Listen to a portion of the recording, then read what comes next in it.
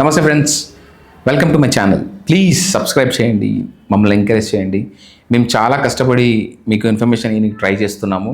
At the same time మీకన్నా ఏదన్నా information మీకు తెలుసుకోవాలనుకున్నా, దేని గురించి అన్నా మేము చెప్పాలని కోరుకున్నప్పుడు మీరు కింద కమెంట్స్లో పెట్టారనుకోండి, ఆ ఇన్ఫర్మేషన్ మేము మీకు ఇవ్వడానికి ట్రై చేస్తాం. ఓకేనా? Okay, let start. మనం లాస్ట్ టైం యుఎస్ఏడి గురించి మాట్లాడుకున్నాం. యుఎస్ఎయిడ్ అయితే అది దానివల్ల ఇండియా ఎట్లా ఎఫెక్ట్ అయిందో మనం ఒక్కసారి మాట్లాడుకుందాం. అసలు ఆ స్కామ్ అంటే ఏందో మనకి చాలామందిలో తెలుసు. బట్ ఈ స్కామ్ వల్ల ఇండియా ఎలా ఎఫెక్ట్ అయింది అనేది ఒక్కసారి మాట్లాడుకుందాం. ఎందుకంటే మనం ఇప్పటిదాకా మాట్లాడుకున్న వీడియోలో మొత్తం అంతా అసలు ప్రపంచం గురించి, మన వరల్డ్లో ఎట్లా ఎఫెక్ట్ అయిందని చెప్పుకున్నాం, కానీ ఇండియాని మాత్రం తక్కువ మాట్లాడుకున్నాం. So will talk about it. అయితే టాపిక్లోకి వెళ్తే, జాన్ ఎఫ్ కెనడీ అనే ఒక వ్యక్తి 1961లో ఈ యుఎస్ఎయిడ్ అనే దాన్ని స్థాపించడం జరిగింది. దీని ముఖ్య ఉద్దేశం వచ్చి, ప్రపంచంలో ఎక్కడ హ్యూమానిటీ ఉన్నా కూడా ఏదో ఒక రకంగా ఆర్థికంగా ఇబ్బంది పడుతున్నప్పుడు దానికి సహాయం చేసి ఆ హ్యూమానిటీ రైట్స్ని పెంచడమే దీని ముఖ్య ఉద్దేశం అన్నట్టుగా వాళ్ళు చెప్పడం జరిగింది. Like NGOs. సో దీన్ని అడ్డు పెట్టుకొని ఏం స్కామ్స్ జరిగాయి అప్పటి నుంచి ఇప్పటిదాకా. మంచి పనులు ఏం జరిగాయో తెలియదు, కానీ స్కామ్స్ మాత్రం బీభత్సంగా జరిగాయండి. ఎక్కడ అల్లర్లు జరిగినా, ఎక్కడ విధ్వంసం జరిగినా దానికి వీళ్ళు ఫండింగ్ చేశారంట. తాలిబాన్ నుంచి మొదలు పెడితే, టెర్రరిస్ట్ నుంచి మొదలు పెడితే అసలు వీళ్ళు ఫండింగ్ చేయని దానికి లేదు. మొన్న జరిగిన మణిపూర్లో అల్లర్లకు కూడా వీళ్ళే ఫండింగ్ చేశారని టాక్. దీని డాక్యుమెంటేషన్తో సహా ట్రంప్, ఎలన్ మాస్కే ప్రూవ్ చేశారు. బైడెన్ చేస్తున్న దారుణాల గురించి కావచ్చు, లేకపోతే గవర్నమెంట్ తెలుసు కదా అండి. ఇప్పుడు ఒక దగ్గర 2 గవర్నమెంట్ ఉన్నాయంటే, ఒకటి రైట్ అంటే ఇంకోటి రాంగ్ అంటాడు, ఇంకోటి రాంగ్ అంటే ఒకటి రైట్. Left is power. అందులోనే ఇది బయటపడ్డదా ఏందో అనేది సమస్య. ఎందుకంటే ట్రంప్ అనేవాడు ఇప్పుడు కాదు వచ్చింది, లాస్ట్ ఈ 4 yearsగా. బైడెన్ కంటే ముందు ఉంది ట్రంపే కదా. అప్పుడు కూడా ఇవి జరిగినాయి కదా. మరి అప్పుడు ట్రంప్ ఎందుకు అడ్డుకోలేదు? అప్పుడు ట్రంప్ ఎందుకు చెప్పడానికి ట్రై చేయలేదు? ఇప్పుడు మాత్రమే ఎందుకు చెప్తున్నాడు? ఇట్లాంటి చాలా క్వశ్చన్స్ ఉన్నాయి. ఇప్పుడు మనము ట్రంప్ను అప్రిషియేట్ చేయాలి. ఎందుకంటే ఇట్లాంటి ఒక డీప్ స్టేట్ని మొత్తం ఎలిమినేట్ చేసి పడేశాడు. Hats off to him. But అనుమానాలు అవి వస్తాయి కదా. సో ఏమైందంటే, 21 మొన్న ఒక వీడియోలో మాట్లాడుతూ, India has a lot of money, why to send this $21 million to India అని. ఎవరు పంపిమన్నారని ఇండియాకి? నా క్వశ్చన్. ఇండియా చాలా డబ్బులున్న దేశము, వాళ్ళ దగ్గర ఫుల్ ట్యాక్సేషన్ ఉంది, ఇవి ఉన్నాయి. ఇంత డబ్బున్న దేశానికి మేము $21 million, why they are sending for elections or something ఏదో అని మాట్లాడతాడు. ఎవరు పంపిమన్నారు? పంపిస్తున్నారా? Something they are doing. తర్వాత ట్రంపే చెప్పాడు అనుకోండి. ఆ $21 million ఇండియాకి పంపించినప్పుడు అంతకుముందు ఏం చేశారు? అవి వేర్ దే గాన్ ఆ ఫండ్స్ అని? ఏ గవర్నమెంట్ తినింది? మేము తినలేము. మోడీ ఏమో కాంగ్రెస్ గవర్నమెంట్ తిన్నదంటది, కాంగ్రెస్ ఏమో మోడీ గవర్నమెంట్ తిన్నదని మాట్లాడతారు. బట్ ఫ్యాక్ట్స్ మాట్లాడుకున్నట్టయితే, ఈ యుఎస్ఎయిడ్ అనే ఒక సంస్థ ఏదైతే ఉందో, దీనికి జార్జ్ సోరోస్ ఒక partner, one of the partner. అయితే జార్జ్ సోరోస్ మెయిన్ మోటివ్ వచ్చేసి అన్స్టేబుల్ ద ఇండియన్ గవర్నమెంట్. తానే డైరెక్ట్ స్టేట్మెంట్ ఇచ్చారు. మోడీ అనేవాడు ఉండకూడదు, డెమోక్రసీకి థ్రెట్ అని ఇంకా రకరకాలుగా మాట్లాడాడు క్యాండిడేట్ జార్జ్ సోరోస్. ఇక్కడ క్లియర్గా మనకేం అర్థమవుతుందంటే, they were targeting Modi government to unstable. ఈ విషయాన్ని ఒక 2 సంవత్సరాల క్రితం నుంచి బీజేపీ గవర్నమెంట్ మొత్తుకుంటుంది. ఈవెన్ మన ద గ్రేట్ జైశంకర్ కూడా ఇదే మాట్లాడారు. ఎందుకంటే తను మాట్లాడితే నాకు చాలా మంచిగా అనిపిస్తుంది. ఎందుకంటే అట్లాంటి ఫారెన్ మినిస్టర్ని మన ఇండియాలో వచ్చిన కానీ నేనైతే ఈ మధ్యనే చూస్తున్నాను. ఈ మధ్య in the sense like Modi గవర్నమెంట్లో ఉన్నప్పటి నుంచే చూస్తున్నాను. చాలా బాగా మాట్లాడుతున్నాడు ఫారెన్ మినిస్టర్. తను ఆల్రెడీ జార్జ్ సోరోస్ని ఎక్స్ప్లోర్ చేశాడు. ఈ ఫండింగ్ జరుగుతున్న విషయాన్ని కూడా ఫైట్ చేశాడు ముందు నుంచే. ఎందుకంటే అక్కడి నుంచి వచ్చిన అంబాసిడర్స్ ఎవరైతే ఉన్నారో, they are not meeting us, they are meeting our opposition party leaders. What they will do? అసలు అపోజిషన్ పార్టీని మీరు వెళ్ళి కలిస్తే మీకేమొస్తుంది? మీరు చేసిన వ్యవహారాలు, మీరు చేసే పనులని మాతోటి డీల్ చేసుకోవాలి కదా. ఎక్స్టర్నల్ అఫైర్స్ ఏమైనా ఉంటే మీరు వాళ్ళ దగ్గరికి ఎందుకు పోతున్నారు? మీకు ఆన్సర్ అర్థమైంది అనుకుంటా. సో వీళ్ళు ఫండింగ్ అనేది ఎన్జిఓస్ త్రూ చేస్తున్నారు. రకరకాల ఎన్జిఓస్ అండి. కింద మీరు ఇంటర్నెట్లో వెళ్ళి కొట్టారంటే మీకు అర్థమవుతుంది. వీళ్ళు ఈ ఫండింగ్ని ఎన్జిఓస్ లాగా తీసుకొని దీన్ని ఇండియాకి అగెనిస్ట్గా అన్స్టేబుల్ చేయడానికి వీళ్ళు ఉపయోగించడం జరుగుతుంది. మీరు చెప్తే షాక్ అవుతారు. విజయ్ పటేల్ అని సంథింగ్ ఎవరో క్యాండిడేట్ ఉన్నారు. ఫర్ ఎగ్జాంపుల్ తీసుకుంటున్నా అంత, ఇంకా చాలామంది అనుకోండి. వాళ్ళు ఎక్స్ప్లోర్ చేశారు చాలా మనకి. చాలామంది జర్నలిస్ట్ ఉన్నారు కదా, వీళ్ళు జనాల దగ్గర డబ్బు తీసుకుంటున్నారు, తీసుకొని వాళ్ళు చెప్పిన ప్రకారం వాళ్ళ ఆర్టికల్ని వీళ్ళు ఇంపోజ్ చేసి మన మన మైండ్లోకి ఎక్కియడానికి ట్రై చేస్తున్నారని చాలా ఎక్స్ప్లెయిన్ చేశారు. But no one believed unless until it was exposed by Elon Musk and Trump. Believe చేసినా కూడా ప్రూఫ్స్, ఎన్ని ప్రూఫ్స్ ఉన్నా కూడా బట్ నో బడీ నోస్ కదండి. ఇప్పుడు జనాలు అర్థం చేసుకోవడం స్టార్ట్ చేశారు. అంతకుముందుకు చాలామంది యూట్యూబర్స్ చెప్పడానికి ట్రై చేశారు, లైక్ స్ట్రింగ్ వినోద్ కానీ చాలామంది ఉన్నారు. ఇంకా ఇప్పుడు నేషనలిస్ట్ హబ్ అని ఎవరెవరో వస్తున్నారు. బట్ ఎవరైనా మంచి పని చేస్తే ఎవరైనా మంచి పనే. ఇప్పుడు ట్రంప్ ఎలన్ మాస్క్ ఎక్స్ప్లోర్ చేస్తుంటే అందరు దే ఆర్ సీయింగ్ జర్నలిస్ట్ని, ఇండిపెండెంట్గా ఉన్న జర్నలిస్ట్ని కొనేశారు.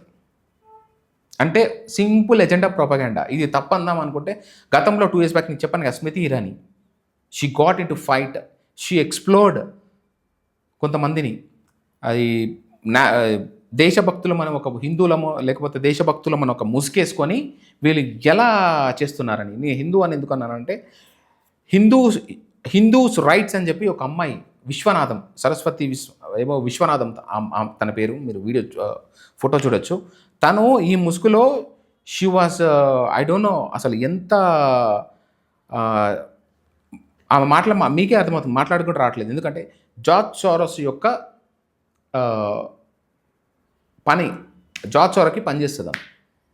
జార్జ్ సోరోస్ అంటే తెలుసుగా, ఇండియాని బ్లేమ్ చేయడమే, ఇండియాని అన్స్టేబుల్ చేయడమే. సో తను కూడా one of the candidate. And ఇంకొకటి విపి అని జార్జ్ సోరోస్కి సంబంధించిన వాళ్ళు మాత్రమే భారత్ జోడో యాత్ర కూడా ఫండింగ్ చేశారని ఖచ్చితంగా చెప్తున్నారు వాళ్ళు. బీజేపీ స్మృతి ఇరానీ కావచ్చు, వీళ్ళందరూ వచ్చి పేపర్ల ప్రూఫ్స్తో సహా చూపిస్తున్నారు. ఈ విశ్వనాథన్ ఒక అమ్మాయి చెప్పాను కదా, ఇప్పుడు ఒక ఓల్డ్ లేడీ విశ్వనాథం, తినతోటి కూడా రాహుల్ గాంధీ యుఎస్కి వెళ్ళినప్పుడు వీళ్ళు మీటింగ్లో ఉన్నప్పుడు ఈమె ఫోటో ఉంది అక్కడ. అప్పట్లో కొన్ని హూ వాంట్ ఏమంటారు అన్స్టేబుల్ ఇండియా అని చెప్పేసి అప్పట్లో చాలా ప్రోగ్రామ్స్ వచ్చాయి, కొన్ని న్యూస్ ఛానళ్ళు కూడా వచ్చాయి అనుకుంటా. కొంతమంది డైరెక్ట్గా దేశద్రోహానికి ఎవరు పాల్పడుతున్నారు అని. అన్స్టేబులింగ్ అంటే అంతే కదండి, దేశాన్ని కింద పడేదామని చూసామంటే దేశద్రోహుల కిందకి వస్తారు. పెద్ద పెద్ద ఓట్స్ అయినా కూడా they are right. If they are right, నాకు కూడా ఒక క్వశ్చన్ మార్క్ ఏంటంటే, బీజేపీ పార్టీ అంత పర్ఫెక్ట్గా అంత కాన్ఫిడెంట్గా నువ్వు చెప్తున్నప్పుడు ఇట్లా ఈ సోకాల్డ్ ఈ దారుణాలకి పాల్పడుతున్నారు, ఈ ఫండింగ్ వస్తుంది, ఈ ఫండింగ్ని ఇట్లా ఈ వచ్చిన ఫండింగ్ మొత్తం ఇట్లా ఘోరంగా యూజ్, మీ దగ్గర కరెక్ట్ ప్రూఫ్స్ ఉన్నప్పుడు వై ఆర్ యూర్ మీరు ఎందుకు పని చేయలేకపోతున్నారు వాళ్ళని? మేబీ వాళ్ళు పెద్ద పెద్ద లీడర్స్ అయి ఉండొచ్చు, ఎంపీస్ అయి ఉండొచ్చు, ఎవరన్నా ఉండొచ్చు. మీరు ఎందుకు పని చేయలేకపోతున్నారు? మీ దగ్గర అన్ని ప్రూఫ్స్ ఉన్నాయి కదా. This is my question mark అండి. ఇంకోటి ఏంటంటే, బంగ్లాదేశ్ గవర్నమెంట్ కొంతమంది అయితే నేను అప్పట్లో చూస్తున్నప్పుడు నేను అనుకున్నా, ఏదో నిజమా, వాట్స్ గోయింగ్ అని అనుకున్నా. ఎందుకంటే బంగ్లాదేశ్ గవర్నమెంట్ కింద పడిపోయింది. దానికి కారణము ఈ వీళ్ళు పంపించిన ఫండ్సే కారణం, యుఎస్ ఎయిడ్. వీళ్ళు ఫండ్లు పంపిస్తే ఈ ఫండ్లు తిని ఇప్పుడు బంగ్లాదేశ్లో ఎవరైతే ఇప్పుడు రూల్ చేస్తున్నాడో సోకాల్డ్ యునెస్ నోబెల్ పీస్, అసలు నోబెల్ పీస్ ఎలా వచ్చింది ఆయనకి? ఇప్పుడు అన్ని ప్రూఫ్స్ చెప్తున్నారు. ఇప్పుడు సోగాన్గో తనే ఫండింగ్ తోటి ఇట్లా పడేశారు. ఇప్పుడు ఎవరైతే హసీనా ఉన్నారో ఆమెను పరిగెట్టించేలా చేశారు అని. ఇప్పుడు మళ్ళీ హసీనా బంగ్లాదేశ్కి వెళ్ళి నిలదొక్కుని she want to make something అనుకోండి, అది వేరే విషయము. దాట్ ఈజ్ ఆల్ బంగ్లాదేశ్ కంట్రీకి వాళ్ళకి సంబంధించిన విషయము. బట్ థింగ్ ఏంటంటే, ఆ యునిస్కి వరల్డ్ పీస్ ఎలా వచ్చింది? అంతమంది చావులకు కారణమయ్యాడు, హిందువులను ఊతకోసకోసారు. ఇప్పుడు తినడానికి తిండి లేదు బంగ్లాదేశ్లో, ఫైట్లు, అల్లర్లు, మొత్తం రెసిషన్ స్టార్ట్ అయిపోయింది. ఆ క్యాండిడేట్ ఇందులో యూనిసిస్ అనే క్యాండిడేట్ ఇందులో ఇన్వాల్వ్ అయి ఉన్నాడు. ఈ క్యాండిడేట్ వరల్డ్ పీస్కి బహుమతి ఇచ్చారు ఆయనకి. అయ్యా దండం, నీకు అసలు వరల్డ్ పీస్ నీకు ఎలా ఇచ్చారు? ఇఫ్ దిస్ ఈజ్ రైట్, ఎందుకు ఇంకా ఆయనకు అవార్డు క్యారీ అవుతుంది? If this is wrong, why they exposed him? Wrong అని చెప్పడం లేదు, రైట్. ఎందుకంటే షేక్ హసీనాని అక్కడి నుంచి పరిగెట్టించేలా చేశారు. ప్రాణభయంతో పరిగెడుతుంటే ఇండియా హెల్ప్ చేసింది, ఇండియా సేవ్డ్ హర్. ఆ మారణ హోమం నుంచి ఆమెను కాపాడారు మా ఫ్యామిలీగా. లేకపోతే పీసెస్ అయిపోయింది వాళ్ళ కంట్రీలో వాళ్ళు. ఇంత దారుణంగా ప్రజాస్వామ్యం ఉంది, మీరు అర్థం చేసుకోండి. ఇది జరిగిన తర్వాత వాట్ అబౌట్ నెక్స్ట్ ఇండియా అని క్వశ్చన్ మార్క్ పెట్టారు కొంతమంది. అప్పుడు నేను షాక్ అయ్యి ఏంది నెక్స్ట్ ఇండియా అంటారు వాళ్ళే. They wanted to, they tried it but they failed. దానికి కారణం అందరూ అంటుంటారు ఏదో ఒక రకంగాని, ఈ ఒక్క విషయాలు మాత్రం మనం ఒప్పుకోవాలి. అంటే ఏంది, మనం అంతో ఇంతో మంచిగున్నాం కాబట్టి మనం టచ్ చేయలేకపోయారు అని. స్వయంగా ఎలన్ మస్క్ ట్రంపే బయటికి వచ్చి మరీ డాక్యుమెంటేషన్ ప్రూఫ్తో సహా చెప్పారు. మోడీ గవర్నమెంట్ పడేయడానికి, ఇండియాని అన్‌స్టేబుల్ చేయడానికి they were funding some $21 million ఏమన్నా కావచ్చు. 2001 నుంచి మొదలు పెడితే 2014 లేకపోతే ఇప్పటికి 2024 వరకు they almost invested on us $2.9 billion. అంటే ఎంతో మీరు ఇండియన్ మనీలో క్యాలిక్యులేట్ చేసుకోండి. కొన్ని వేల కోట్లు కేవలం నిన్ను నన్ను అన్‌స్టేబుల్ చేయనీకి. మన ఇంట్లోకి వచ్చి మనని అన్‌స్టేబుల్ చేస్తామంటే మనం హ్యాపీగా చూస్తూ కూర్చుందామా? ఇంకో క్వశ్చన్ అసలు నాకు అర్థం కాదంటే, ఇప్పుడు ఇంత ఎక్స్‌ప్లోర్ చేసింది కదా యూఎస్ గవర్నమెంట్ పరిస్థితి ఏంది? బాగానే ఎక్స్‌ప్లోర్ చేసింది ఒప్పుకుంటా. కానీ చేసిందంతా ఎవరు? మీరే కదా, యూఎస్ గవర్నమెంటే కదా. How world is going to take this into their minds? Will there able to believe in future? మిమ్మల్ని ప్రపంచం నమ్మగలుగుతుందా? US is calling Europeans as a cheaters because the cheated them. Trump డైరెక్ట్గా అంటున్నాడు. అండ్ యూరోపియన్ కంట్రీస్ డెమోక్రసీ మీద ప్రతిసారి మనం question చేయడానికి try చేసేది. మనం రైట్గా మాట్లాడితే వెనక నుంచి మాట్లాడితే ముంగడి నుంచి మాట్లాడితే వెనకకి, దేర్ వర్జన్ ఇస్ డిఫరెంట్. అట్లాంటి యూరోపియన్ కంట్రీస్ మన దగ్గరికి వచ్చేసి ఇప్పుడు మనతో మీటింగ్ పెడుతున్నాయి. మన ఇవన్నీ చూస్తుంటే నాకు వాటే చాణక్య నీతి అంటారా ఏదో. డెఫినెట్గా రాజకీయం చేసేవాడైనా సరే, అధికారంలో ఉండేవాడైనా సరే, మన దేశం గురించి ఆలోచించేవాడు మాత్రమే ఎన్నుకోవాలి మనం. పైన అయినా సరే, కిందైనా సరే.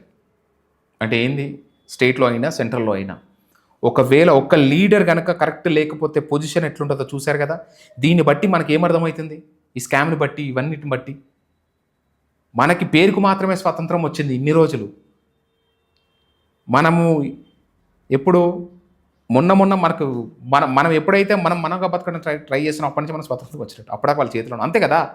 See how they are ruling in the form of humanity grounds and so and so. వాళ్ళ చేతిలో డబ్బు అనే ఒక భూతాన్ని చేతిలో పట్టుకొని ఇన్ని రోజులు మన ఇండియాని రూల్ చేశారు. వాళ్ళకి ఏ గవర్నమెంట్ కావాలంటే ఆ గవర్నమెంట్ ఉంటుంది, ఏ గవర్నమెంట్ కావాలంటే ఆ గవర్నమెంట్ పోతుంది.